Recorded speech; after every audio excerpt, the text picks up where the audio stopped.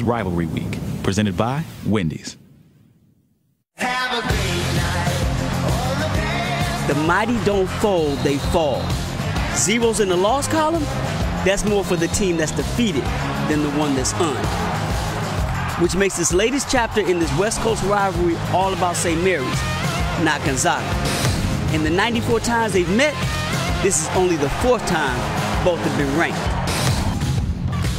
The only time one has been number 1. Small schools rise up. Because in this epic battle of mid-major eliteness, it's the team with the losses that's the one that has nothing to lose. Welcome to Saturday Primetime, presented by AT&T. And welcome to McKeon Pavilion, the home of the St. Mary's Gales, a place neither you nor I had ever been before the last couple of days. And this is a heated environment, a heated rivalry, and a couple of really good basketball teams.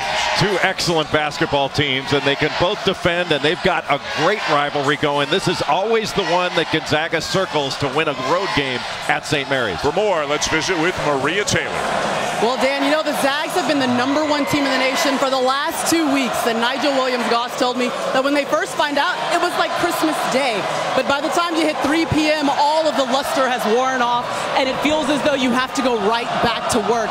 Now, I talked to the guys about being the 4th overall seed in the NCAA's early release of their top 16 seeds, and Nigel told me it's disrespect as usual. They're going to have to make their own way to the 1 seed line in the NCAA tournament, and that starts with this game tonight, guys. Yeah, Maria, Gonzaga was on the top line, but listed as the 4th of the 4 #1 seeds, leading you to believe if they were to lose this game, maybe they would fall down to the 2 line. We'll find out a lot more about these 2 teams in the next 40 minutes of action. I'm just impressed that Nigel Williams-Goss goes to work at 3 o'clock on Christmas. I'm sleeping. Jonathan Williams, no. The crowd erupts off the first miss of the game, and in transition, St. Mary's strikes first. Rayhan finds Fitzner. An excellent job by Evan Fitzner of running the floor. First it was Landale that got down the floor with a rim run first, and that opened it up for Fitzner. Jumper bounces off the iron. Offensive rebound and the putback for Shemek Karnowski. Just that little ball screen that Karnowski said. That means that Landale's got to come out and show. Otherwise, Josh Perkins can turn the corner, and that's going to give Shemek Karnowski inside position on the glass. Emmett Nahr, 2-man game with Jock Landale, and Karnowski takes it away. Got to throw that ball up top. Bounce passes to big guys oftentimes don't work. Jordan Matthews, one of the 3 transfers in the starting lineup for Gonzaga, off to Karnowski, and it rattles home. You know, he is big and burly, but Shemek Karnowski is really skilled. And as skilled as he is in single coverage shooting it, he's even more skilled as a passer. Averages better than 2 assists per game. Rayhan, 2nd year out here at Moraga after transferring from Boston College. Looking inside, mismatch. Landale follows it up. St. Mary's able to get the switch, and Nigel Williams-Goss had to guard Landale. There is no way that he could keep him from getting the ball. Perkins into Karnowski, great patience, and he's got all 6 of Gonzaga's points. How are you going to move Shemek Karnowski off of his spot? Whatever he picks, he keeps. 2-man game again, and a block is called on Karnowski. Mark Few probably not a big fan of that call. He wants to keep his big fella on the floor. Well, an excellent job of St. Mary's in putting Karnowski into pick and roll situations. That was an open side pick and roll. But Karnowski, look, these are tough calls. It's difficult to officiate this game, but he got that foul just because he's bigger. I mean, he was backing up, and Landale went right into his chest. That probably on both ends should be a no call. Mark Few's had incredible success in Spokane. Randy Bennett has had terrific success here in Moraga. If Gonzaga doesn't win this conference, then St. Mary's does. Last year, St. Mary's beat Gonzaga both times during the regular season, but then lost to them in the conference tournament championship game. And a huge key for St. Mary's tonight, keeping Landale in the game. He had a lot of foul trouble in the first game, only played 19 minutes. And he picked up most of those fouls, Dan, on pick and roll situations, on hedging out. The ball handler just went right into him when he was the hedge defender. And so he's got to be really careful not to pick those up. Nigel Williams-Goss, the transfer from Washington, who's not having a good year.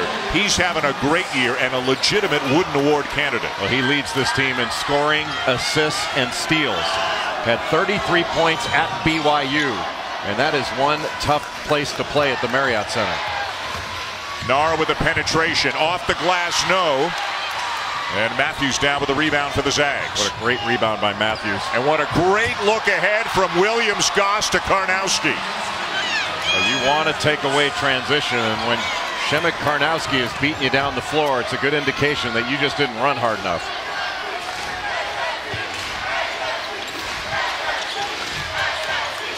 Landale off to Rehan.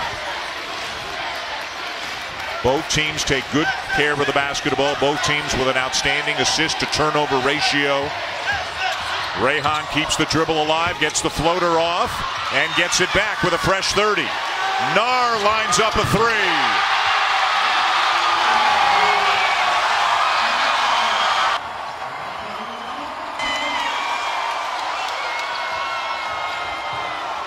Karnowski one-on-one. The lefty knocks it home. That's the block that Randy Bennett said they have to keep Karnowski off of or double him if he gets the ball on that side of the floor. Well, they're not doubling him. They want to double him when he makes a penetrating dribble. But nobody came. It was too late. If you go single coverage there, the reason they want him off that block is because he can get his left shoulder and he can also pass one-handed with his left hand, which he's excellent at. He's got 10 of the Zags' 12. This is much like the game against Arizona, where Arizona didn't double and Karnowski ate him alive. Nar leaves the floater short. Perkins, pass deflected and stolen away. Fitzner with the deflection. Hermanson with the steal. Zags with the foul. Our first media timeout. Gonzaga has gotten some easy baskets in transition, and that has been the difference in the game. The ball never hit the floor until after it went through the net. That's big time by Gonzaga. ESPN's exclusive presentation of college basketball is presented by AT&T and in part by Experian. Credit isn't just a score, it's a skill. Fast-paced start to this game. Both teams efficient offensively. Gonzaga up 3 in the early going on St. Mary's. A great rivalry that for folks back east they may not be all that familiar with. 94th time these two programs have met. Gonzaga has held the upper hand both recently and over the entire lifespan of this rivalry. And of course they've been so good. Such an incredible mark. Mark Hughes won over 80% of his games overall since becoming the head coach of the Bulldogs. 4th all-time meeting when both teams have been ranked. St. Mary's is 20. And for the second time in program history, Gonzaga is 1. And you can see the previous 3 meetings, including the one earlier this year when Gonzaga won at home at the Kettle in Spokane. It was a close game for about 32 minutes. Then it got away from the Gales late. Gonzaga wound up winning 79-56. And Shemek Karnowski in that first meeting only had 9 points. He was 3 of 7 from the field. He's already got 10 in this one.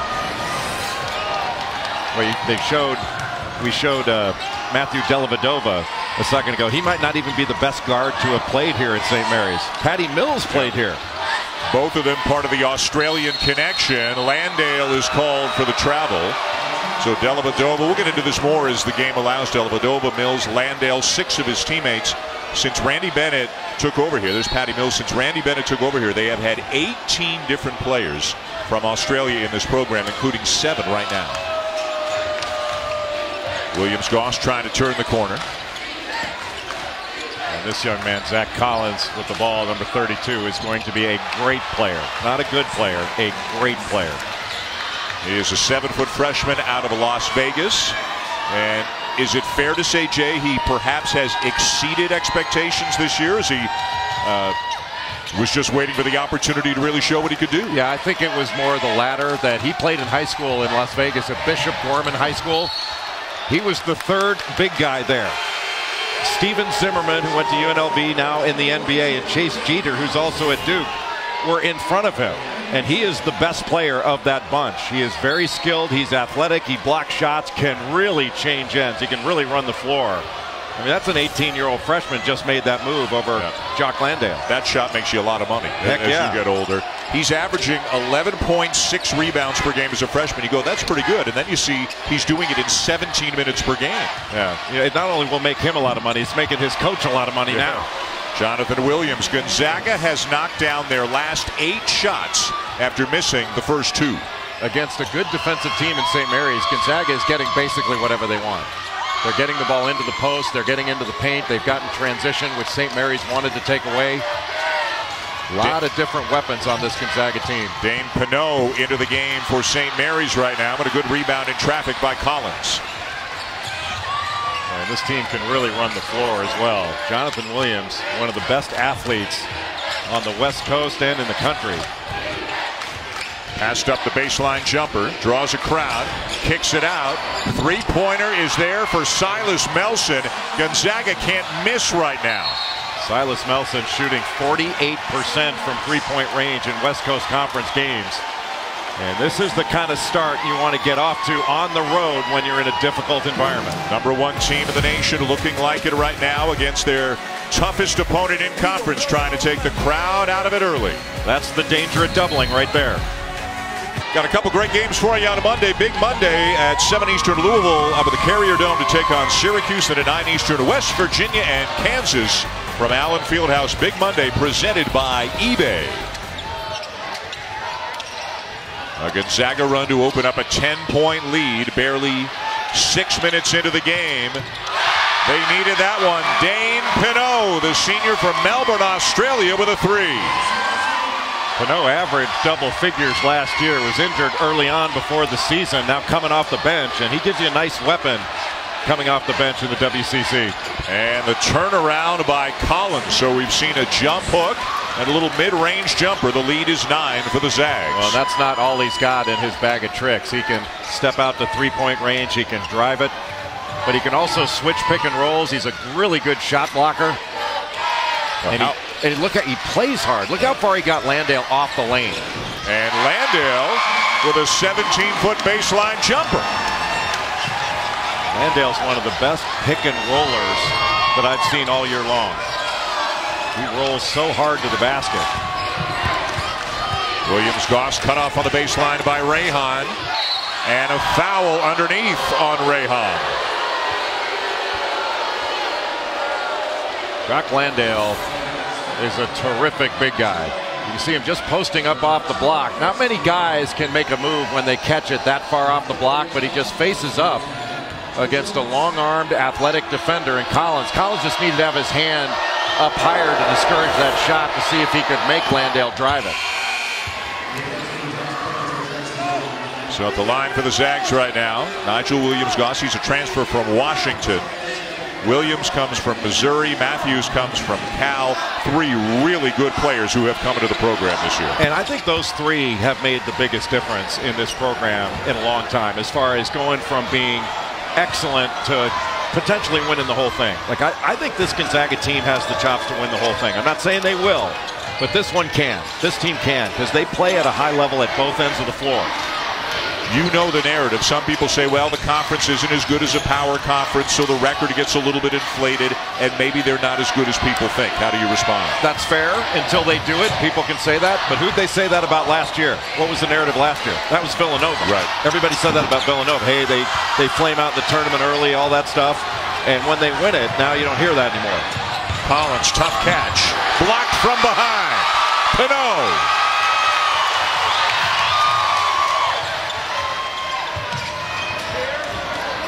Nar using the ball screen. Nice kick to Rayhan. Boy, a terrific offensive rebound by Tanner Krebs, but he brought the ball down, and it winds up in a scrum. And a timeout on the floor. Gonzaga leading by 9. We're here in Moraga, California. Beautiful part of the country, East Bay area. Glad you're with us tonight for Saturday Primetime. In Pavilion, this is the home of the St. Mary's Gales. Dan Schulman, Jay Billis, Maria Taylor. 9-point lead. Gonzaga over the Gales. Cross court, our coach Seth Greenberg endeavoring to get Randy Bennett. Coach, what are you seeing in the game so far? Well, obviously Randy's going to have to make some type of adjustment in their post defense. Coach, 6 in their first 23 in the paint. Any adjustments defensively on your post defense? We've got to keep it out of the post. We got to do a better job on our post defense. It really hurt us there. What can you do offensively to get a little bit better flow and get a little more open looks? Get a stop defensively so we can get something in transition, get a push. But we haven't got many stops. We got to slow them down.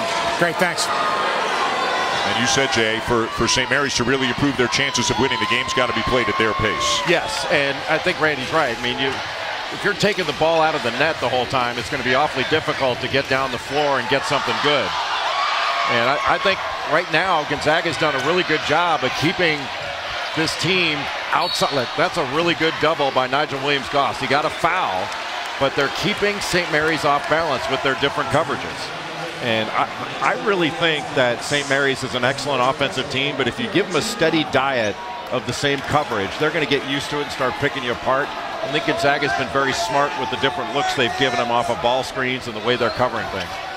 St. Mary's, of course, a team that did not get into the NCAA tournament a year ago. A lot of people, themselves included, felt it was a snub. They went to the NIT.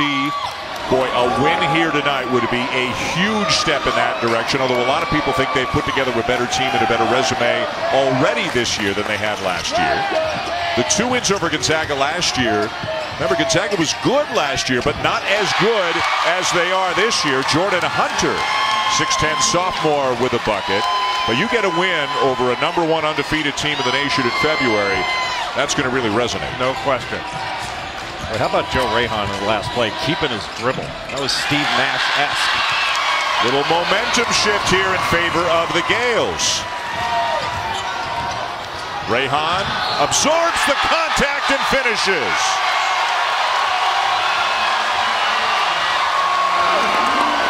Dan, there you can see the value of getting a stop and taking it the other way. It wasn't like that was 1,000 miles an hour in transition. They just got a little, almost like a drag screen. They didn't set the screen, but it allowed Rahan to get into the middle, and he was able to get even with Nigel Williams-Goss, gets the foul, and then able to complete the play. And Rahan's done a really nice job with his dribble. And look at that, Williams-Goss now to the bench with his second foul.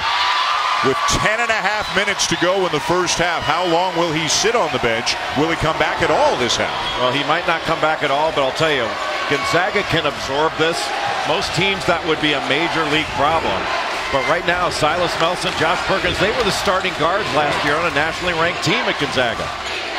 Perkins off to Matthews. Pinot with the rebound. Here come the Gales, back within 4. Rahan keeps the dribble alive again. And we've got a foul underneath going against Gonzaga. Right now, Joe Rahan is making the difference for St. Mary's. With the ball in his hands, this has been a much more dynamic offense. You know, he's finding people after he comes off a little pick and roll. He went after that rebound. He's the one that created that foul by going after that offensive rebound down low. He's built like a running back. Yep. His brother James played at San Diego State. He was at Boston College before transferring in. Boy, nifty move there. Gliding across the lane. Rahan leading the Gales back into it, and he just forced a turnover.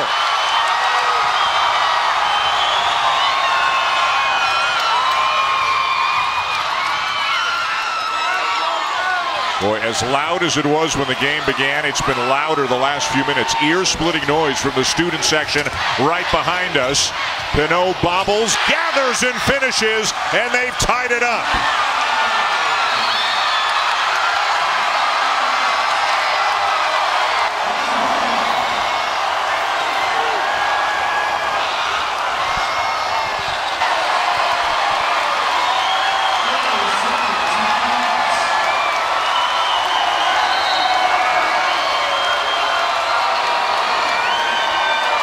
Give credit to guard Joe Rahan and the way he has performed after that last timeout. Here using the side pick and roll, goes down the baseline and into the middle, little fall away jumper. He stays low, then makes this steal. He doesn't make that, that would have been a layup. And the last play of the little corner pick and roll, able to catch Pinot, and Pinot keeps hold of the ball without walking. Watch how he splits this with a nice little pocket pass, and Pinot bobbled it, then was able to get it and finish with the left hand. This is a really skilled St. Mary's team. And they've showed some resilience in coming back, because this one could have gotten away from them. Tomorrow, number 11 Cincinnati, number 25 SMU square off in a journey to the tourney matchup at 4 o'clock Eastern Time. Also streaming live on the ESPN app and watch ESPN. Here we've got number 1 and number 20, and we're all tied up at 23. A 9-0 run for St. Mary's. Perkins, Karnowski back into the game, follows up the miss, and lays it in and is fouled. I thought he got fouled the first time and it wasn't called. And that actually hurt St. Mary's that it wasn't called, because the second one he's able to get the bucket to go. Once he caught this one, I mean, he got fouled. That's a foul there. And they didn't call it. It would have been better off since he missed it, at least from St. Mary's perspective. But you just can't move him from there. If he gets 2 feet in the paint, it's over. 7 minutes of action for Karnowski tonight. And he's got 13 points. Well, so far, this has been the best first half performance he's had all year long. He was excellent against Arizona in Los Angeles earlier this year. Gonzaga's beaten the likes of Arizona, Florida, Tennessee. They'll play anybody who will play them in the non-conference. They've only trailed, Jay, in 1,000 minutes this season coming into the game tonight. They've only trailed for 65 of those minutes. It's always important never to trail in the very last one. That's something they've managed to avoid so far this year. And a held ball. The arrow will keep it at this end of the floor with the Zags. As now Landale's coming back in for St. Mary's.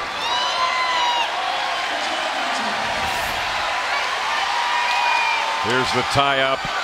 Krebs just gets a hand on it, then gets both hands on it. That was like a takeaway in football. Karnowski, the kick. Williams gets it to go from the free throw line. Boy, that's a really good pass. Shemek Karnowski's got a great feel as a passer. And if you're not going to double team him, you know, it's amazing that he can back you in without dislodging you. Landale, he'll take the three every now and again.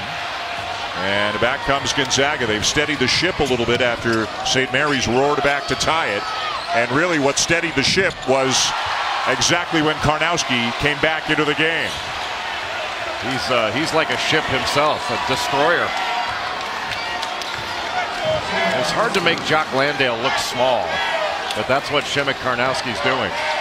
You mentioned the serious back issue that he had last year, cost him most of the year. That got him another year this year. As good as they were last year, their guard play so good. Karnowski back, Collins and Tilley, the two freshman big guys. It's a great team this year. It looked like Landale rushed that because he was a little bit worried about Karnowski. Karnowski's not going to block his shot. He's a lane protector, not a rim protector.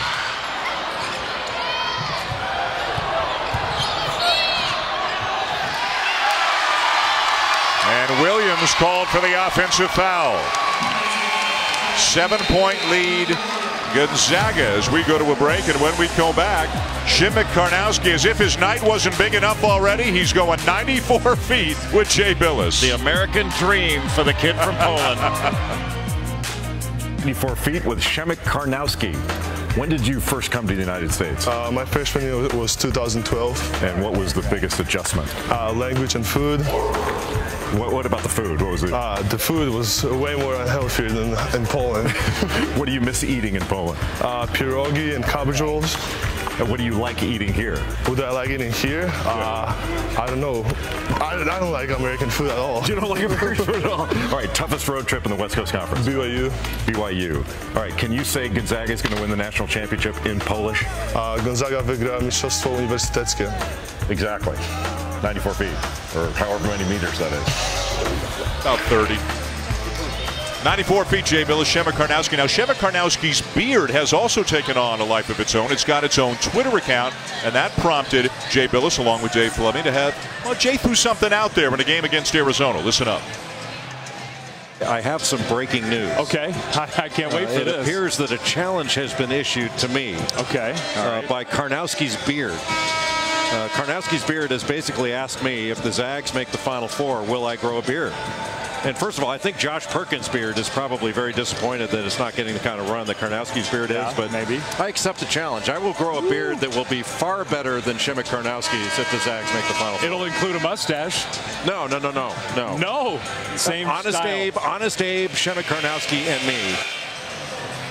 You really think you can out-beard Shemek Karnowski's beard? Oh, you will find like old tires in my beard. All kinds of different food. It'll be great. Now, if Karnowski doesn't like American food, there'll be American food dropping out of my beard. It'll be so grand.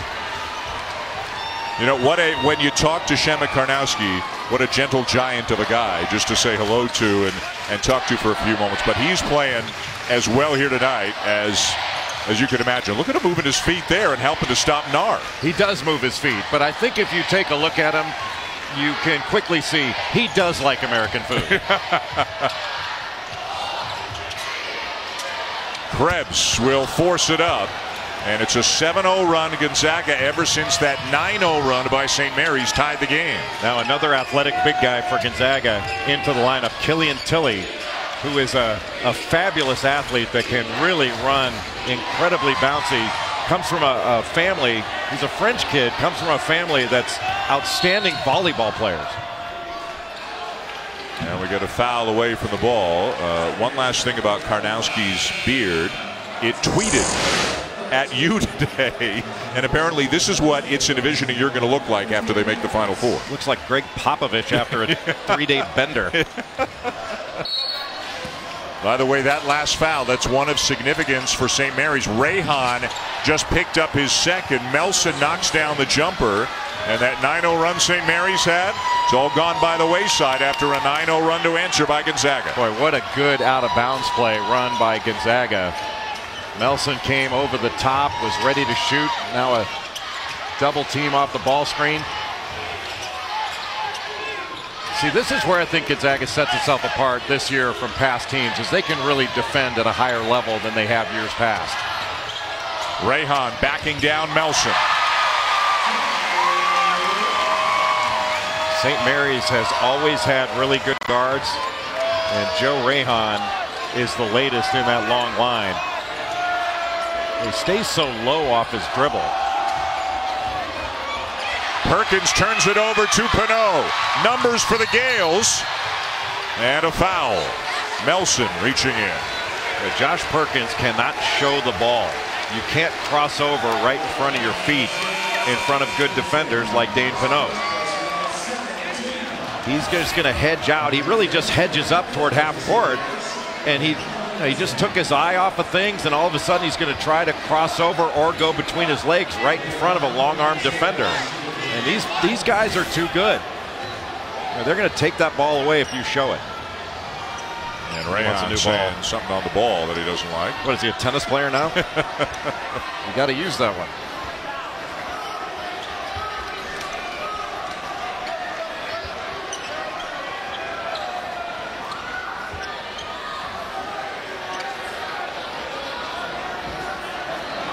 Referees are going overtime, man. It's pretty impressive. Rayhan, fifth-year senior, transferred a couple of years ago from BC. Very experienced team. Both of these programs will redshirt freshmen a lot, and as a result, they always seem to be older teams, both of these teams. And then when they get a young player, they can blend them in. Yep. And also, they don't have to play as many minutes. Perkins, no. Hunter down with a rebound. We mentioned 7 Australian players in the St. Mary's program. 4 of them are on the court right now. Emmett Nar really hasn't gotten an open shot in this ballgame. Everything's come off the dribble, and Rayhan's made the biggest difference. When he's got the ball in his hands, things have been happening.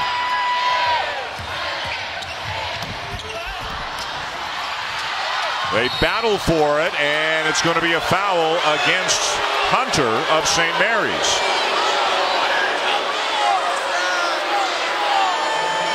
And Karnowski a little bit shaken up. It has been tough inside. Every rebound has been contested. Karnowski looks a little bit upset. He came down. Not sure whether he stepped on somebody's foot here, or it happened when he hit the stanchion. It might have been when he hit the stanchion there. It looked like his left leg, the right leg, excuse me. So Karnowski to the bench for some medical attention, and Collins back into the game for the Zags.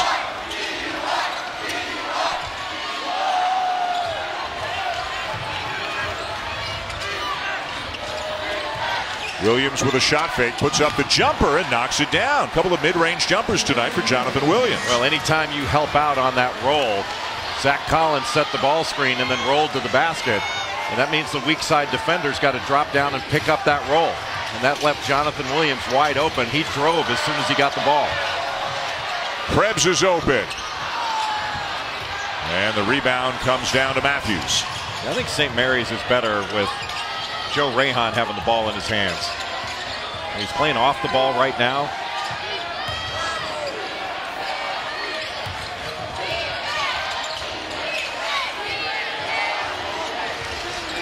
Perkins. Williams Goss on the bench for several minutes now with 2 fouls. Perkins with a drive and a finish. Boy, what a tough move.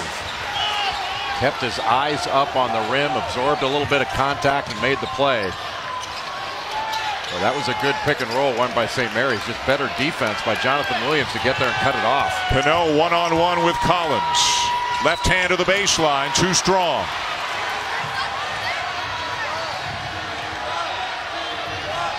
Largest lead of the game right now, 11 for the Zags, and they'll have a chance to add to it when Jordan Matthews heads to the free throw line when we come back.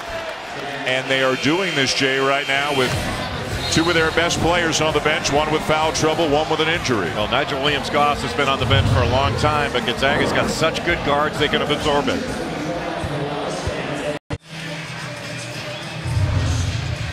Gonzaga with a 11-point lead. I failed math. Let's take a look at what Gonzaga does with a lot of their pick and roll situations. You're going to see Zach Collins come out and set a ball screen, and Josh Perkins comes off. You got 2 shooters over here on the right. Now you're going to see Collins roll. That means he's going to have to be picked up by Pinot on the roll. And then you're going to see Jonathan Williams lift up, and you can throw back, and all of a sudden he's going to have an opening for a shot. Or then when Pinot closes out, you got a shot fake and a drive. Then the middle was open, he just pulls up. That puts this defense in a lot of difficult situations to guard. You're going to give up something, and it all starts with that ball screen and a great roll by Zach Collins. When he rolls hard, it happens on the other end with Jock Landale, another big guy that can really roll to the basket, opens up a lot of great things. Well, you may have failed math, but your drawing skills are excellent. I agree, and that's all. I did that with my left hand. That's true. I'm right-handed, but I drew that with my left hand just to show you that I could. Matthews at the line for Gonzaga, transfer from Cal. Meanwhile, moments ago during the timeout, remember Shemek Karnowski left the game with an injury. They took the shoe off the right foot and are taping and wrapping that ankle. Maria, what do you know? Well, Karnowski was telling his teammates that he's good to go. In fact, Nigel Williams-Goss asked him what was going on. He said he was fine, was really, really upset about the injury, but telling his coach and his teammates that he wanted to be back in the game now. He's been phenomenal in the minutes in which he's been in there in the first half. He's been the best player in the game. He's been unstoppable. Yeah. Terrific rejection by Collins. That was just a little back screen and rescreen, and Landale got inside position. The overwhelming majority of the time in his career he scores off that, but Collins erased it with a great late play. So 15-2 run for Gonzaga. The #1 team in the nation, undefeated on the year, make it a 17-2 run as Williams, who's a lefty, a running right-handed hook. Jonathan Williams, as you mentioned, transferred in from Missouri. He grew up in Memphis. You know, tough ball player, but just a sweetheart of a young man. You're not going to find a nicer kid in college basketball than Jonathan Williams. Melson forces the turnover. Except maybe me. That goes without saying. But I said it anyway. That's true. As you often do. Let's go to Maria. I had to get the Cats. I finally rallied them together, guys. Let's talk about the game itself. It's been back and forth, Seth. We'll start with you. What have you seen so far in this one? Gonzaga's a terrific defensive team. They're on a 17-2 run with their defense. Their ability to not only guard the ball but rotate when the ball gets reversed, really impressive. All right, let's talk about the big picture then, Jay. What are you looking to talk for on halftime? The committee came out with the 16 teams today, and you have like the Florida State team that got blitzed on the road by Notre Dame. They were in the 2 line, and you got Team Butler that was on the 4 line that lost on the road to Providence. So still a lot of basketball left to be played. All right, that's more to come at halftime with these guys. We got to get out of the way over here. That's coming up in the Alfa Romeo halftime report. Reese Davis, Jay Williams, Seth Greenberg. Anything surprise you about the top 16 seeds? Just that Jay can talk with that coat so small. We need to take up a collection and get him a coat that fits. It's amazing his voice didn't go up to alto. St. Mary's looking for a little rally here before the end of the first half. Landale will get it to go on the follow. St. Mary's has got a minute and a half to get a couple of stops and a couple of scores. If they could get this under 10 by halftime, that would be a big development for them, and it would be a great mental health development for St. Mary's. Landale called for the foul. First time ever the committee comes out before Selection Sunday. They reveal their top 16.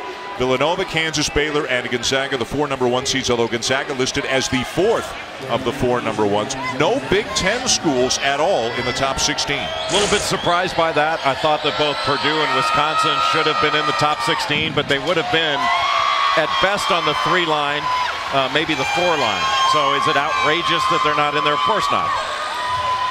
I was surprised that Gonzaga was the 4th number 1 rather than 1 or 2. This program has proven they played a great non-conference schedule. It just surprises me. Landale with another bucket. The foul at the other end of the floor was on him, and it was his second. So this is a big minute here in many ways for St. Mary's. Well, and I think Gonzaga would be smart to go right after Landale and make him guard. He's guarding Collins right now. But they need a stop here and then another score. Rebound down to Rayhan. They can get it down to single digits. Nar, Pinot. Boy, a lot of passing in close quarters underneath. And now they'll catch their breath. Yeah, I like Rayhan having the ball in his hands here. He's made such good decisions. Nar into Landale. Got a mismatch over Perkins.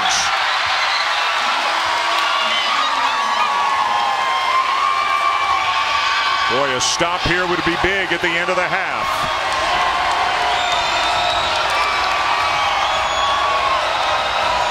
Perkins rises up for a 3. And St. Mary's ends the half on a 6-0 run. All of the points courtesy Jock Landale. They were down 15. It's down to 9 here, 20 minutes into this game here in Moraga. Let's go to the court. Here's Maria with the Mark Few.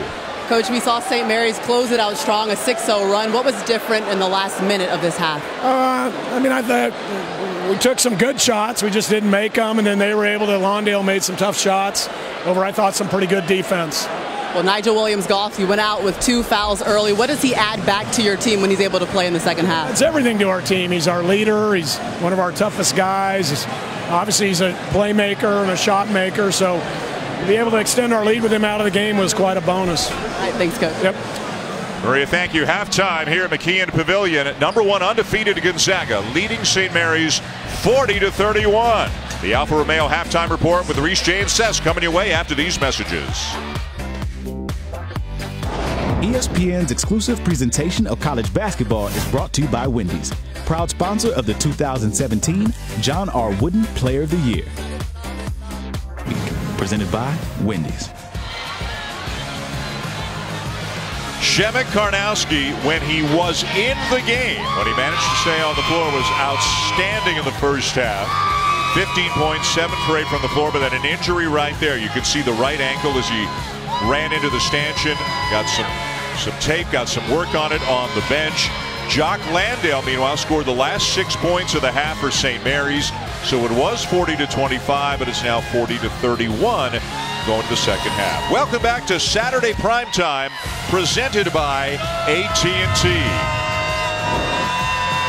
And welcome back to McKeon Pavilion here in Moraga, California, the home of the Gales. How big was that last minute and a half, 2 minutes of the first half? Well, it was huge. We had talked about if they get a couple stops, couple scores, they being St. Mary's, that they'd be in a lot better mental health position going into halftime. And for them to go in down under 10 points after having given up 65% from the field to Gonzaga in the first half is a huge development for St. Mary's. They have not defended at the highest level for them. They're a pack line defensive team, essentially. They like to shrink the floor and make it difficult. And you saw Gonzaga get the ball inside where they were scoring in the paint, and they were getting really high percentage shots. You can see Karnowski on the floor to start the second half. Here's Maria. Yeah, Dan, and Mark Few said that he is good to go after getting his ankle retaped. But I talked to head coach Randy Bennett from St. Mary's, and he said that they have to do a better job of swarming, and that means bringing help defense to the block every single time that Karnowski touches the ball. He said it's unacceptable that he goes 7 for 8 during the first half. He does like their shot selection, though, saying it's very tough to get a good shot against this Zag defense, but he wants to continue that here in the second. Looks like the shot clock didn't start at the beginning of the second half, so we'll have a stoppage. Gonzaga, meanwhile, Jay, shot 65% in the first half against the Gales. They shot 65% for the game in the win over the Gales last month. Well, they can get the ball inside. When Marie Taylor's right, when they get the ball into Shemek Karnowski, if you don't bring a double to him, he's going to get a good shot. He can shoot a turnaround jumper. He's got a great touch. But the question is, when do you bring the double? Do you bring it on the pass? Do you bring it on the catch? Or do you bring it on his first dribble? They've been bringing it when he's making a penetrating dribble. I think that's too late. I think they've got to do it earlier. Dane Pinot starts the second half for St. Mary's in place of Evan Fitzner, which is often a substitution that Randy Bennett will use. Landale with an early touch. Jumper over Karnowski. Boy, that's 8 straight points now for Landale. And that's a great start to this second half for St. Mary's. These two big guys, Karnowski and Landale, are 2 of the 10 finalists for the Kareem Abdul-Jabbar Award, which signifies the best center in college basketball. Meanwhile, Jonathan Williams having himself a night. Well, give some credit to Nigel Williams-Goss there. He was on that left block posting up, and that was a great pass out of the post when the double came to Williams-Goss. Nar got free. The kick to Pinot, who passed it up. Looking inside for Landale if they can. I never pass up a good Pinot. You've had that one in the holster for about 3 days, haven't you? In transition, Williams-Goss, who missed a lot of the first half with foul trouble, lays it in. How much of a better transition team is Gonzaga with Nigel Williams-Goss on the floor? They got some early transition. Williams-Goss only played 9 minutes in that first half because of the 2 fouls. But when he was in the game, they were getting transition buckets. When he was out, they were not. Williams slows down Nar on the switch. Pinot's got a mismatch, wants the ball. Gets the ball. Double team by Karnowski. Karnowski's a double team by himself. Hermanson forces it up and in. Tough shot for Calvin Hermanson. Calvin Hermanson is usually a 3-point shooter. He's a lefty. But he put the ball on the deck, driving to his right, then went back to that left hand. That is not easy to do. St. Mary's has only lost twice this year, at home in the non-conference to UT Arlington, and then they lost at Gonzaga. Of course, the Zags undefeated on the year, and one of the big reasons why the play of the transfer from Washington, Nigel Williams-Goss. Ball goes inside to Williams-Goss, and Pinot is there digging, and he leaves Jonathan Williams wide open, and a terrific spin move, an easy bucket by Williams-Goss. Then on that last possession, they got into a little pick and roll with Karnowski, able to get him all the way to the basket. Jay, number 3 on Jock Landale. Well, he's been around the block. He's played with fouls before. He's just going to have to be smart. Last time these two teams played, he picked up 3 fouls on just hedge defense. Hermanson the kick. Landale isolated on Karnowski. The cutter is Rayhan, but we've got a foul before the shot. And it's going against Perkins. Well, what a remarkable run, as you all know, Jay, that Mark Few has had. Took over after Dan Munson led Gonzaga to the Elite Eight back in 1999. And at the beginning of Few's tenure, they were kind of the Cinderella Zags. They'd get a 10 or 11 or a 12. They'd get to the Sweet 16. In recent years, higher seeds. They've been a 1, they've been a 2. They've had extraordinary success. The last piece of the puzzle for the program is to get to a Final Four. When they got to the Elite Eight a couple of years ago, they lost to Duke, and the Blue Devils went on to win the national championship that year. Yeah, they've been to the Sweet 16 so many times. I mean, there are a lot of programs in the 5 major conferences that would trade for Gonzaga's record. It has been so good. But you know how it is. Similar to what we felt about Villanova with some of their early exits in the last several years. They're going to have to get to the Final Four to prove it. And I think this team is more than capable of doing it. Mark Few, who many feel is going to be enshrined in the Naismith Memorial Hall of Fame one day. 18th year as a head coach in Spokane. The Elite Eight in 2015, just regular season and conference tournament title after title after title. But although they are a so-called, in quotes, mid-major. No, they're a mid-major. They're a mid-major. But in terms of postseason, they've been so good in the regular season, they're now getting evaluated against the Blue Bloods and the real power programs in America because they've been so dominant at their own level. Well, they're a power program in their performance. Yes. But I don't think you can make any mistake. From a resource standpoint, even though they've got the most resources in the West Coast Conference, they do not have the resources of Power 5 schools. And I don't think many people know this, but I mean, in 1999, when Gonzaga went to the Elite Eight under Dan Munson, that's the 4th foul on Jock Landale. That is a gigantic play. To have him go to the bench, you don't have to guard him when he's on the bench. That is a huge play. But Gonzaga there was an existential problem at Gonzaga at the time. We're not saying they were going to close their doors, but it was not the hot school that it is now. Basketball was a big factor in institutional advancement for Gonzaga. Matthews misses the jumper. There's a great block out by Calvin Hermanson on Jonathan Williams. And now whether it's recruiting very talented high school kids or transfers, they're getting some really talented players into the program every single year. Yeah, you know when you go there, you're going to play against high-level guys in practice, and you're going to play big-time non-conference games. Nobody is shying away from playing Gonzaga now because if they lose to them, it's not a bad loss. And Hunter will foul Karnowski. So St. Mary's has some problems right now. Down 10, Landale on the bench, trailing the #1 team in the nation. ESPN's exclusive presentation of college basketball is brought to you by Wendy's, proud sponsor of the 2017 John R. Wooden Player of the Year. ESPN's exclusive presentation of college basketball is brought to you by Travelocity. Wonder wisely.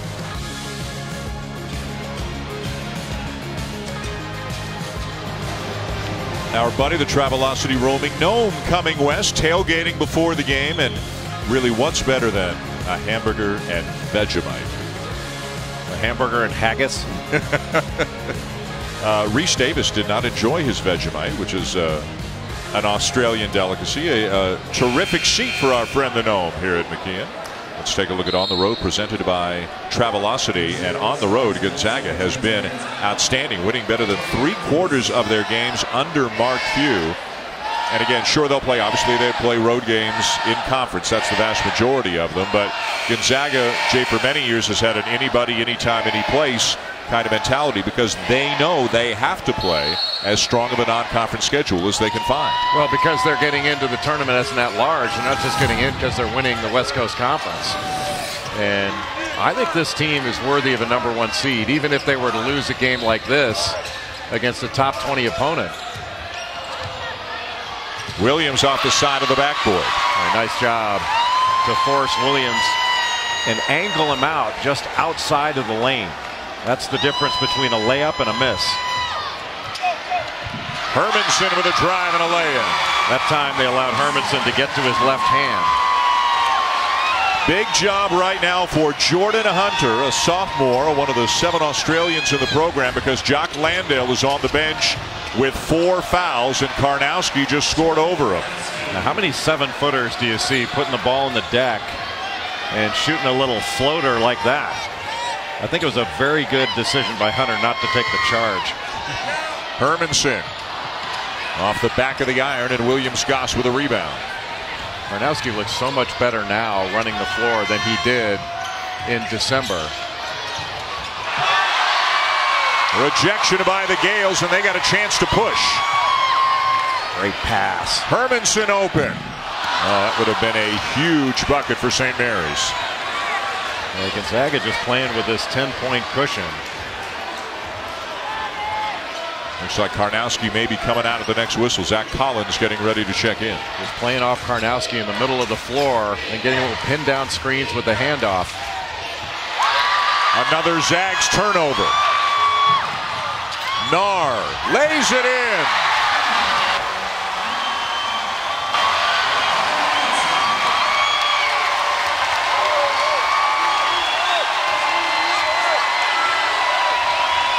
Mark Few calling out the set after that fabulous pass. And what an excellent catch by Emmett Nar. Hermanson coming down the floor just threaded the needle between two defenders. And it is not easy to catch that pass and make that move into the lane. Give Nar a lot of credit for not walking, not turning it over, and able to get it right up over the excellent athlete, Jonathan Williams. Boy, what a gutsy pass and a great play by St. Mary's to get the bucket. Redshirt junior, first team All West Coast Conference a year ago. Karnowski out. Collins in. Another rejection and another run out for the Gales. And another good look for Hermanson.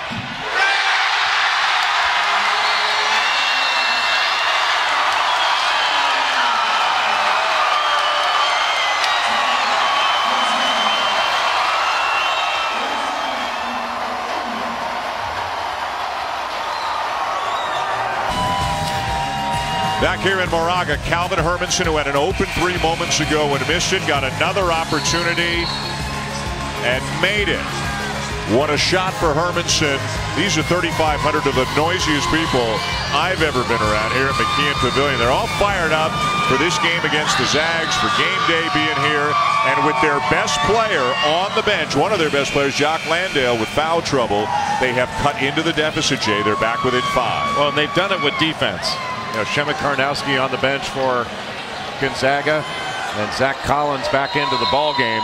Gives a little more athleticism, a little more speed up front. Let's get an update with Maria. Mark Few's message in that last timeout was mostly about shot selection, saying that bad shots are leading to the break right now for St. Mary's and easy buckets on the transition end. Yeah, they just have to be a little bit more resolute to get the shot that they want. They've been taking the shot that St. Mary's is forcing them into. Williams is fouled by Pinot. Tonight, 11 o'clock Eastern Time. Stay tuned for Sports Center at night with John Abuchagras and John Anderson, and Steve Levy will join them live from Oklahoma City. Kevin Durant's return to OKC as a member of the Warriors.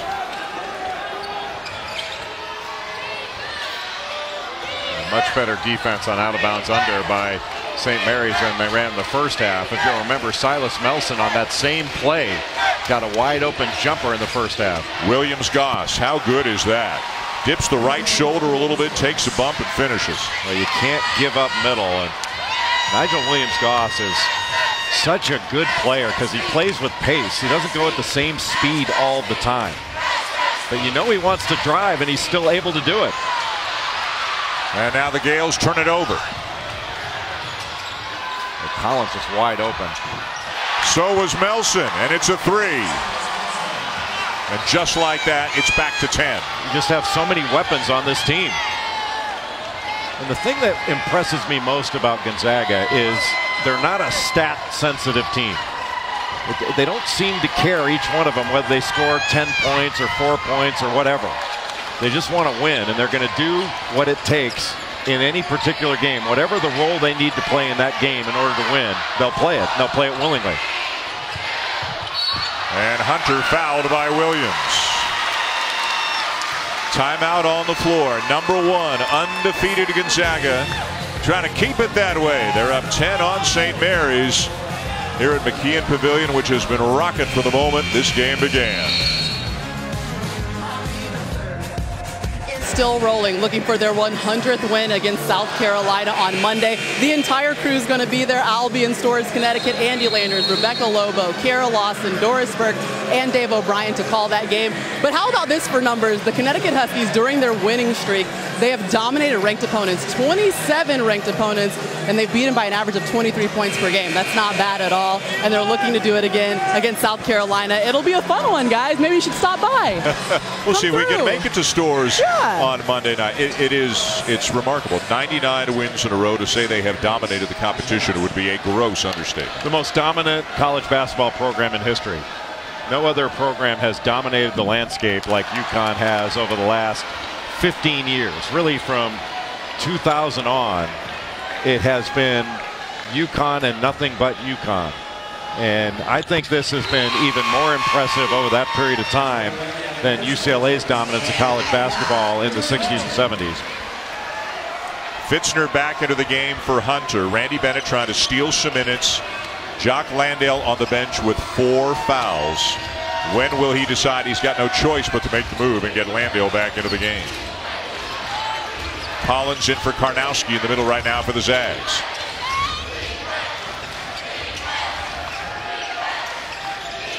Williams defended by Fitzner. Gets inside and lays it in again. He has scored with the left hand, with the right hand, inside, outside. He's having a really good night. Well, you're able to isolate him in the low post, even off the block. And if you come double, he can pass out of it. Otherwise, he can take you on. He can face up, he can back you in, and he can use either hand in the lane. Rayhan driving, and now Williams comes over for the block. Boy, Collins did a great job, and by not fouling Rayhan and just staying big and staying between him and the basket, that allowed Williams to come over and block it. Matthews. Boy, Hermanson feeling like he played some pretty good defense, and Randy Bennett agrees.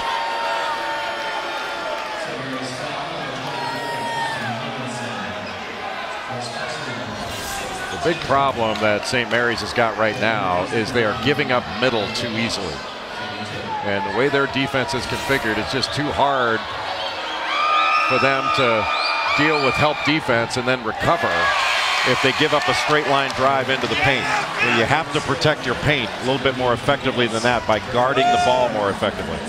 Hermanson, Fitzner out, Krebs and Hunter back in. Aside from being an excellent basketball player, you know what Jordan Matthews' claim to fame is? I do not. When he was a little boy, he was on the show The Teletubbies. Really? Pretty interesting. I'll take obscure children's TV shows for 400, Alex. You have outdone yourself this week. It's the kind of research that the pros do, Dan. Yeah, that's true. You wouldn't believe how many TV shows I had to pour through to find that. How much Teletubby tape you watched? Amazing. Nar keeps the dribble alive. Shot clock is down to 6. Hunter with a putback. Jordan Hunter has played some big minutes for St. Mary's with Jock Landale on the bench. What a rebound right over the top of Zach Collins. And he's not having to deal with Karnowski right now, though Collins is no day at the beach. Williams Goss with the drive and no basket. We got a foul going against Gonzaga. Illegal screen on Collins.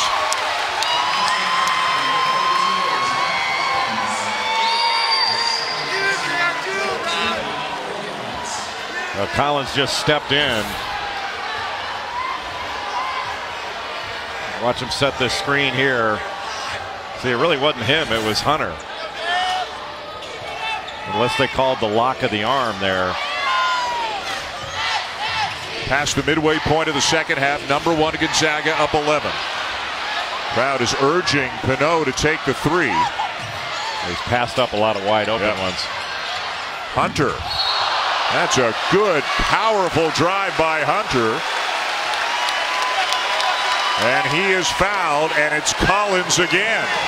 And Collins is so angry, he's at the other end, or maybe he thinks it went the other way. He's already at the other end of the floor. No, he's mad. Yeah. He's just upset. He knew the foul was on him. But Hunter has just gotten more and more confident as this game has gone on. I think Zach Collins thought that he had got the ball up top, and that was not a foul. Looked like he got him with the body.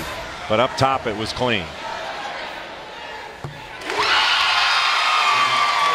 Here comes Karnowski back into the game for Collins. Hunter's a guy who, coming into the game tonight, had played a total of 61 minutes the entire season. But in large part due to the foul trouble for Landale, he's having to give the Gales some big minutes tonight. You know, one of the things that happens with a guy like Jordan Hunter is he's playing against Jock Landale every day in practice. So he's getting really good reps. He's just playing behind a guy that if you're Randy Bennett, you're going to choose to play Landale the overwhelming majority of the minutes. Nelson. That's nicely done. Lead back to 11. St. Mary's will score. Gonzaga comes down with the answer. The late Skip Prosser, the late great Skip Prosser used to say about playing time, he would tell his team, look, this ain't Halloween. Just because you get dressed up doesn't mean you get a piece of candy. I'm going to play the guys that most minutes that help us win. Williams-Goss. It's 5-on-4 Gonzaga right now. Karnowski. Melson elevates for the loose ball.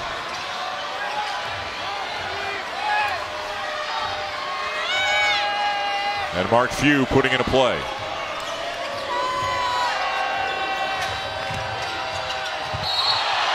A block is the call.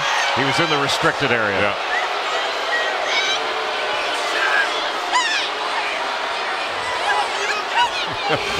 You might have to go over and tell her that. I can explain it to you, ma'am. He was in the restricted area. And he was moving. It was a block no matter what. But as a secondary defender, if you're in that restricted area. And the right foot clearly is. That look was priceless, though. I mean, he was in both restricted areas. That's the men's and the women's. Yeah. In either game, in a UConn game on Monday, that was in the restricted area. She feels like she had a front row. Well, she did have a front row seat for it. She doesn't like the call at all. Maybe at the under 8 timeout, you can mosey on over there and tell her what happened. I don't think she'd believe me. 13-point lead Zags. They have beaten Arizona, Florida, Iowa State, Tennessee, St. Mary's earlier this year. They won at BYU. And after you list those, it always makes me laugh when people will say, yeah, but if you put Gonzaga in the SEC or the ACC or the Big Ten, they'd be a 500 team. And you go, what are you watching? Like, that's just crazy talk to say that. Karnowski with his patented move into the paint. And Mark Few wants a timeout. See, I don't think that double can be brought after he puts the ball on the deck. It's either got to be brought when he catches it or when the ball's in the air, because he is dominating the paint against St. Mary's right now. Remarkably efficient. 9 for 12, 19 points, helping the Zags to a lead. I think it was a 94 feet thing that got it going. ESPN's exclusive presentation of college basketball is presented by AT&T. Double-digit lead for #1 Gonzaga over St. Mary's. 8:08 to go here in Moraga. Shemek Karnowski, despite rolling his right ankle in the first half, has been as good as any player in this game, Jay. He's got 19 points in 19 minutes. You know, the first thing you think about with Karnowski obviously is his size, but he's so much more than that. He's such a skilled player, and he's running the court so much more effectively. He didn't run the court that well the last time I saw him in person, which was against Arizona. He's in much better condition. He battled through so much with that staph infection, the back surgery. I mean, last year when he was out, he actually thought that might be it for him, that he wasn't going to be able to play any more basketball. But he's been spectacular tonight, and he showed every facet of his game and every facet, really, of a great big man's game. The fifth-year senior from Torun, Poland. His beard has, as we mentioned in the first half, also issued a challenge to Jay Billis that if they make the Final Four, oh, man. Adam Morrison, that's Adam Morrison on the right. You've got his beard, and I got Adam Morrison's hair. On the left, it's like the Secretary of War from the Civil War era, I think. I really think maybe we should just stick with the looks we've been cultivating over the last number of years. When we just came back from break, they showed, our great director, Doug Holmes, showed an angle, I think it was the armpit cam, showed right into the Gonzaga huddle. Now he goes with the dome cam. Right. I'm getting a little tired of showing the back of our heads. This discrimination against bald people is really getting really getting tiresome. And Doug, as you know, has the hair of 1,000 men, and he likes to flaunt that at every opportunity. He's got the hair of 1,000 men if they're all David Cassidy in the 70s. Under 8 to go. Hermanson. Ball's loose, and it belongs to the Gales with 5 on the shot clock. Let's go to Maria.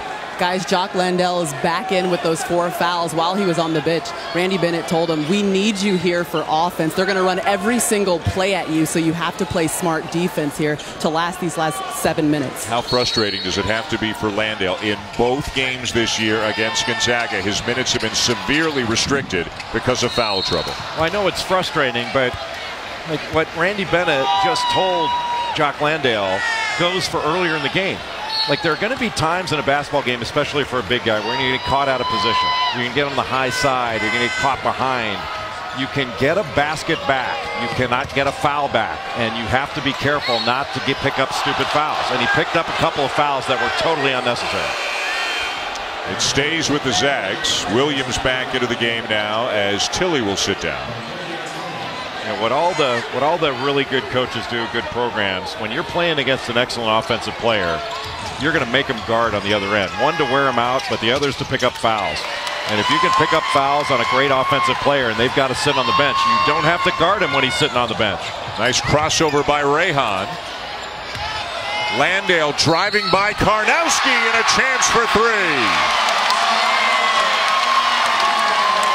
And that makes the point right there. Like, you would rather have Jock Landale on the floor for offense. If he has to give up a basket or 2 on the other end just to avoid a foul, it's worth it, because this is what he can give you on the offensive end. And look, he picks up a foul on Shemek Karnowski.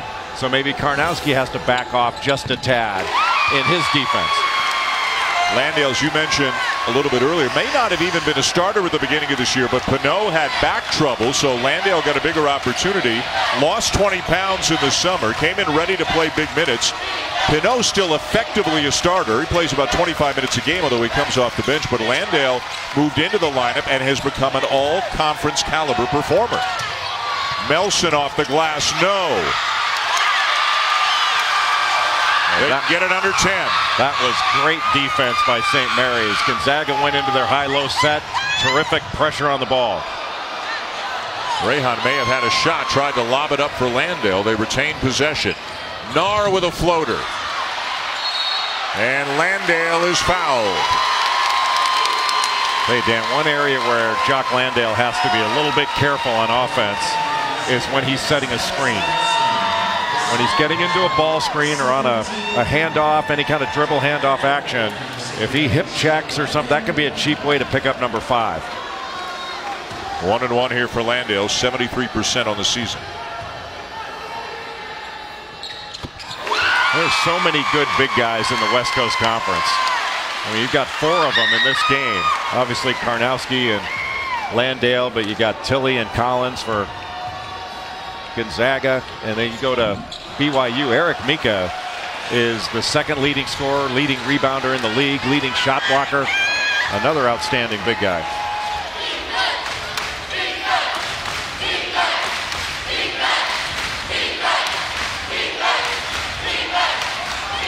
Karnowski over Landale, left it short.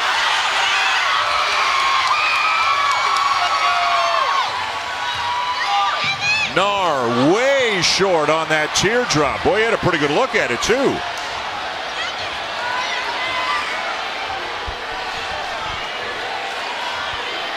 They've gotten it down to 5 on a couple of occasions in the second half. Down by 9 now. Right, Pinot does a really good job of guarding on ball screens. He hedges out toward half court and really forces the ball handler to change his path. Williams Goss rattles out.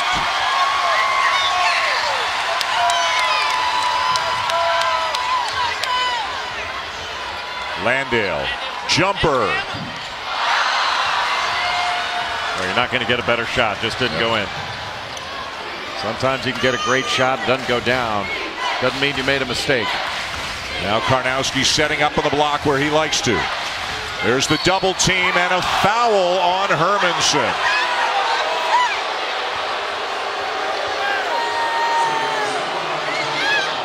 That time, Calvin Hermanson went right on the catch.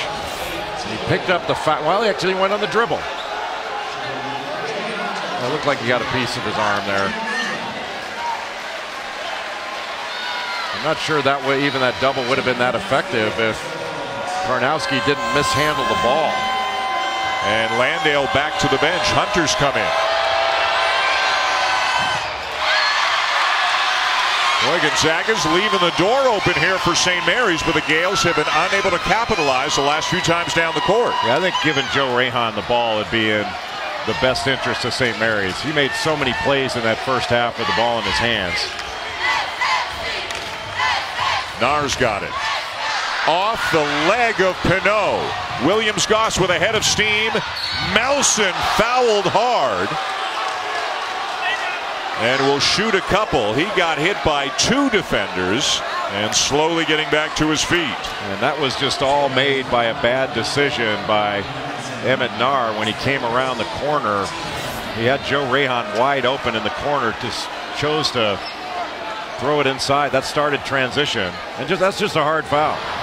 And the foul actually went on Hermanson on the body, not on Pinot with the swipe after. But there was nothing flagrant, dirty. They're not even going to look at it. It's a hard foul. Yeah, he was just in kind of a vulnerable position when he got hit by Pinot. Third on Hermanson.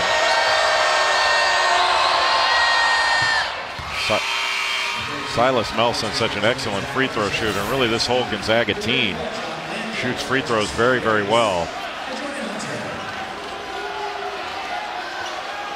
He did all he could to protect himself. One off at 2 feet. Oftentimes when you go off one, that's when you can get hurt. Collins in for Karnowski for Gonzaga. Landale is back into the game now for St. Mary's. Remember, Collins picked up a couple of fouls before. But Pinot was wide open. Hermanson off balance 3. Collins the rebound. And it was a challenge 3. I'm not sure that shot by Hermanson was necessary. And a travel to call on Perkins. Just a bad spot to pick up your dribble. You don't want to pick up your dribble unless you've got something to do with the ball. And he picked up his dribble. Watch his pivot foot. Yep, he did shift it a little bit.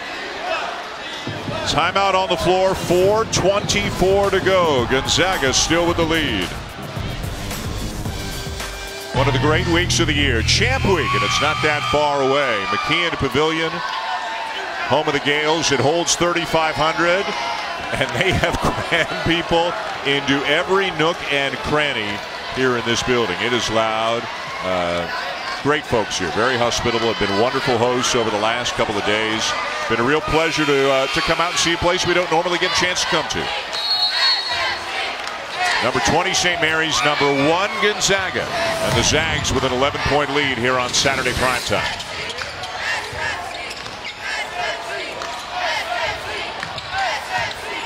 Pinot. And Williams gets called a little bit too much with the forearm and the elbow in the side of Pinot. Our next NBA Sunday Showcase game comes from Madison Square Garden tomorrow. Boy, there's been a lot going on there in the last few days, to say the least. On the court, it'll be the Knicks hosting the Spurs tomorrow, 3:30 Eastern Time on ABC. NBA Countdown with Sage and Jalen to get you ready for the game starting at 3. Did I see today that Charles Oakley has been banned from Madison Square Garden? He has been banned. For although, life? Did they say for life? No, I don't believe they've said for life, but it has been a circus, to say the least, after he was kicked out of MSG, was it 3 days ago now, I believe, and got into a scuffle with some security guards. And is he banned just for Knicks games, or does he get to go to like Billy Joel concerts and Rangers games? I mean, can you imagine the scene if you're a Knicks fan and you're sitting in the Garden and Charles Oakley, who's one of the great players in recent memory for the Knicks, getting tossed out of the building and is now banned? What a circus it's been there. What I thought was the really funny thing was that John McEnroe was there watching as the voice of reason. Landale coming back in for Hunter.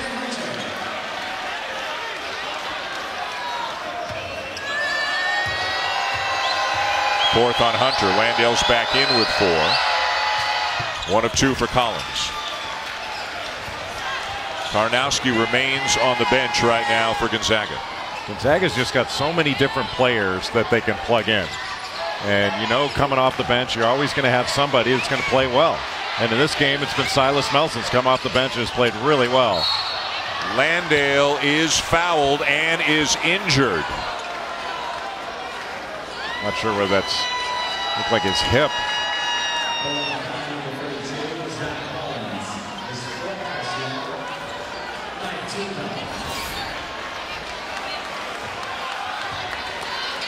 Yeah, he got hit right. He got hit right in the thigh or the knee here. Left knee to the right thigh with his leg kind of, with his foot anchored and his. Just an odd happening, but a terrific move to get Zach Collins off the floor. 4th on Collins. With all the time that Jock Landale missed, sitting on the bench with foul trouble, still to have 20 points. He's got 6 rebounds. Been very efficient. He's played 21 minutes. Karnowski's played 22 minutes. And they've probably been the 2 dominant performers in the game tonight. Yeah, Shemek Karnowski's got 19 points, and then Jonathan Williams has had a spectacular game. 15 points. He's 7 of 9 from the field. He's got 8 rebounds, a couple of blocked shots. Got a lot of different buttons that Mark Few can push with this team. We've talked about Gonzaga being a #1 seed, etc. What about St. Mary's, a team that was, they felt snubbed last year? They went to the NIT. They were 27-5 on Selection Sunday. Did not get a bid.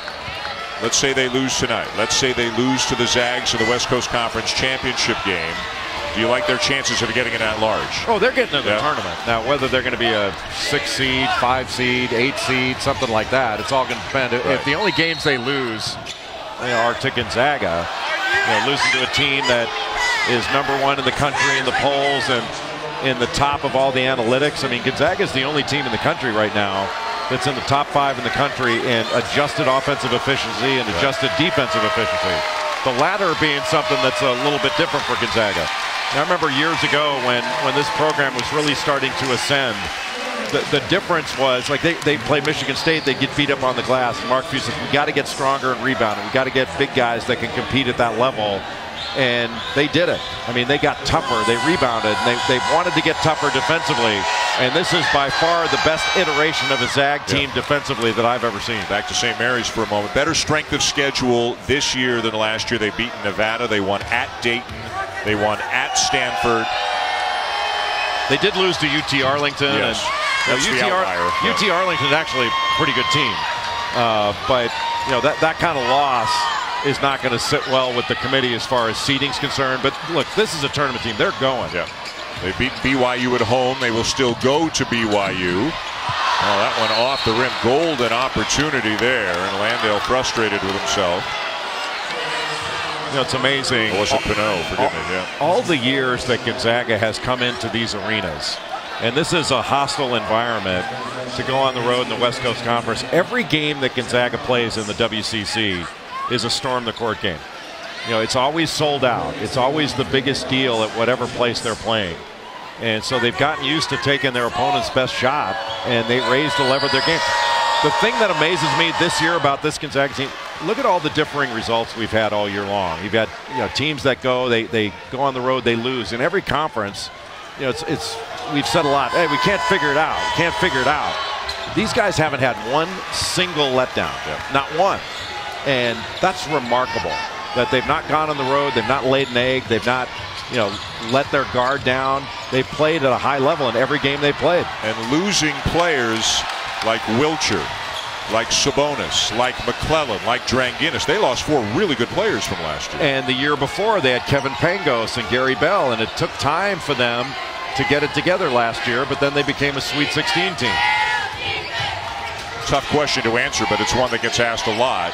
Leaving the Final Four aside, is this Mark Few's best team, in your opinion? Well, best defensive team by a fair margin, I think. It's his most balanced team. I'm not sure I'm ready to go to best team. That one they had with Kelly Olynyk a few years ago, that was a pretty darn good team that could have won the whole thing. I mean, they wound up That was the year they wound up losing to Wichita State. Wichita State hit like 14 threes against them. And went on to the Final Four. Yeah, exactly. Yeah. So, I mean, you know, it takes extraordinary efforts in the tournament to beat Gonzaga. It's not like they're getting upset by, you know, some of these tiny little schools that pull an upset and then they're gone from the tournament. They get beat by the big shots, and it's an extraordinary effort to beat them.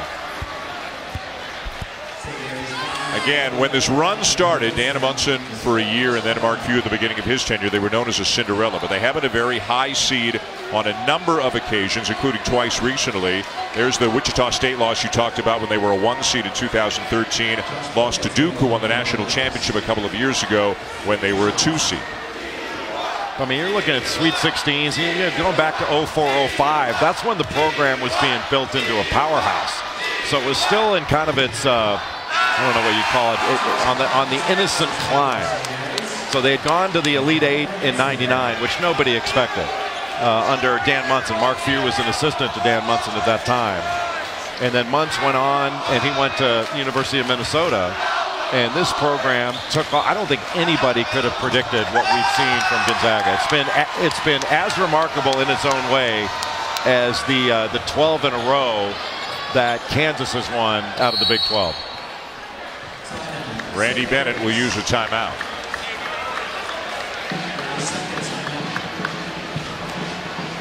Well, one of the things that Jay's mentioned a couple of times tonight is they've got so many different weapons, so many different players who can step up and lead them on any given night. Well, Nigel Williams-Goss is a National Player of the Year candidate with the way he's played, but Przemek Karnowski, he doesn't have this kind of game in every game, but he's capable of it. Jonathan Williams, capable of big games. They've got a number of guys that can go for 20, 25 points. You know, Josh Perkins hasn't had one of his better games, but Silas Melson comes off the bench. He's got double figures and has played a very efficient game. Zach Collins comes into the game and he impacts it not only on the glass, but defensively running the floor. It's a very balanced team with 4 really good big guys and 4 really good guards. And you don't know going in who's going to have that. Whose night is it going to be? And it doesn't seem like the players care. It may be another guy. They're going to go to the hot hand, and they seem like they really welcome that. 7 different Zags average between 8 and 16 points per game. 7 different Zags have led the team in scoring. No player has led the team in scoring for 2 consecutive games this year. Rehan just runs into Karnowski. The kick to Nar. St. Mary's has now gone ice cold. They've missed 9 in a row. They had chances this half on a number of occasions to get 9 down to 7, 7 down to 5, whatever the case may be, and they just couldn't convert when they needed to. And Gonzaga now using some clock. Crowd's basically out of the game.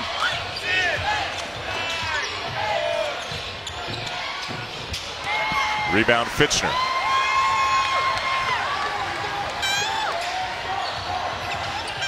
Rehan lays it in with a left hand. You know, this game is, I don't want to say over, but Gonzaga's salting this thing away. But I'm really surprised that Joe Rehan didn't have the ball in his hands more in the second half.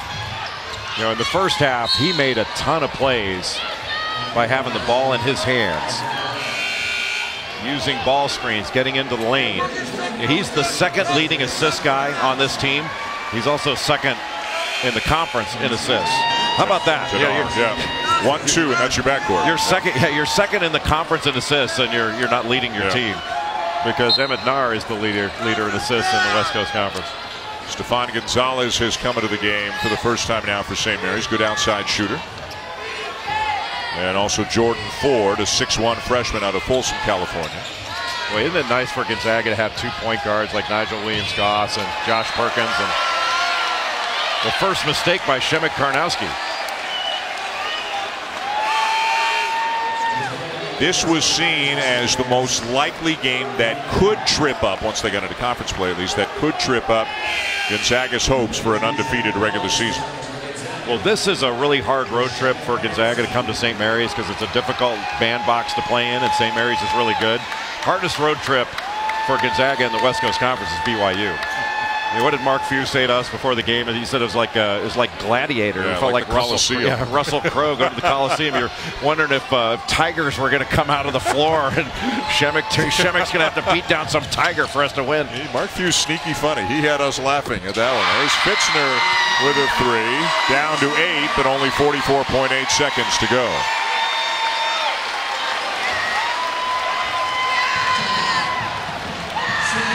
Well, again, the tournament committee came out. First time ever that they've done this before Selection Sunday, and announced that if the tournament were to begin today, here's who the top 16 would be. Gonzaga, no surprise to be on the 1 line, although they were ranked, if you will, as the 4th and final 1 seed. What else stood out to you by its presence or its absence here today? Well, I was surprised that Gonzaga was the 4th of the number 1s. I thought it should have been at worst the 2nd of the 1s. Villanova is a worthy number 1 overall seed. In fact, that's how I have it in the Billis Index, which I commend you to read. I think it's must read for you, just for your education. Thank you. Teach you more about the game. As you said, it's not subjective if I say so. Exactly. It's not. If I say it, it's no longer subjective. Right. It is fact. But I was surprised that Wisconsin and Purdue were not in the top 16. Butler's a very good team, but I thought they should have been just outside that group. And they lost at Providence today, so they'll fall. And that's going to happen. But you're going to see a bunch of teams lose going forward. But I thought that Purdue's a top 16 team, so is Wisconsin. Do you think if an ACC team, for argument's sake, North Carolina, but could be others, if an ACC team really gets hot, wins the ACC tournament, is an ACC team capable of forcing its way onto the 1 line? Yeah, I think North Carolina would be that team. I think it's going to depend on how different members of the committee deal with sort of the push-pull of what you see on paper, the number of quality wins, and who you think is better. Because oftentimes there are teams that maybe Gonzaga could be one of those teams where because of the nature of their league, they're not going to be able to pile up as many quality wins as against a power conference team that has more opportunities. But if you know the game, you go, wait a minute, Gonzaga's better than those guys. They're just better. Well, and you've talked about Baylor. On paper, Baylor's got really a great case right now for being a 1 seed. But you say if you look at a couple of other teams, you feel that in a game, that another team, say one of the teams on the 2 line, might, in your opinion, be better than Baylor. Yeah, and you're talking about a seed line. You're not talking about saying, okay, put Baylor down outside of the top 16. Nobody's arguing that. You're just saying a seed line difference. Because if you look at some of the games, first of all, Baylor turns the ball over like crazy. And that is really going to hurt them later on if they don't get that taken care of. But the other part of it is you can look at some of those wins and say, wait a minute, when they played Oregon didn't have Dylan Brooks. And that game was at Baylor. They played Oregon now, but I think it would be a different story, but who knows? Collins called for the block, for the foul rather, and that's going to be all for Collins tonight. Well, let's look ahead a little bit at some of the big games that are coming up this week in the NCAA. Cincinnati, a team highly ranked, not getting a lot of attention, not in the top 16 seeds that were announced today. They'll play SMU tomorrow afternoon. West Virginia and Kansas, that's going to be a battle. You'll be in Charlottesville Wednesday night to see Duke and Virginia, and we'll all be in Chapel Hill 1 week from tonight when the Cavaliers play the Tar Heels. Virginia is a really interesting case. I mean, I'm really so impressed with how good the Cavaliers are relative to what I thought they'd be before the season. I thought personnel-wise, this might be a little bit of a rebuilding year for Tony Bennett and Virginia. Rebuilding. I mean, they've been outstanding. Yeah. And it is an excellent defensive team. London Parentes has been the leader we expected him to be. Mariel Shayak's had a great year. That's an excellent basketball team that imposes its will and its tempo on just about everybody they play. Less than 30 seconds to go. And a foul to send Perkins to the line. Another really good win for Gonzaga. Time after time, this program goes on the road and takes everybody's best shot. And it's amazing. Gonzaga is one of those programs when the players are in film session and their coaching staff showing them film of their opponent, they've constantly got to remind themselves that this is not the team we see on film here is not the team we're going to get. We're going to get them at a much higher level. Everybody plays their best against Gonzaga. They beat them by 23 at the Kennel earlier this season, and they're up by 9 right now in the final few seconds here in Moraga. Gonzaga trailed for a total of 22 seconds tonight, and all year, 26 games, so it'll be 1,040 minutes. At the end of this game, they will have trailed for about 65 minutes the entire season. They've only trailed in the second half twice in 2 different games this year. And nothing seems to bother this team. You know, they've got a great balance of having fun, being loose, but also taking everything seriously. And I really do think it's amazing that this team has not had a letdown in any single game. That's really hard to do. And that should do it. No more fouls coming from the Gales. They gave it everything they had, but the #1 team in the nation. The undefeated Gonzaga Bulldogs will stay that way. The Zags will go to 26-0 on the season. Oh, a really fun night of basketball here in Moraga. We will see you next week from Chapel Hill, Virginia and North Carolina. Sports Center is coming up next. Let's send it back to the studio. Lisa Kearney and Nicole Briscoe. #1 team in the nation on the road for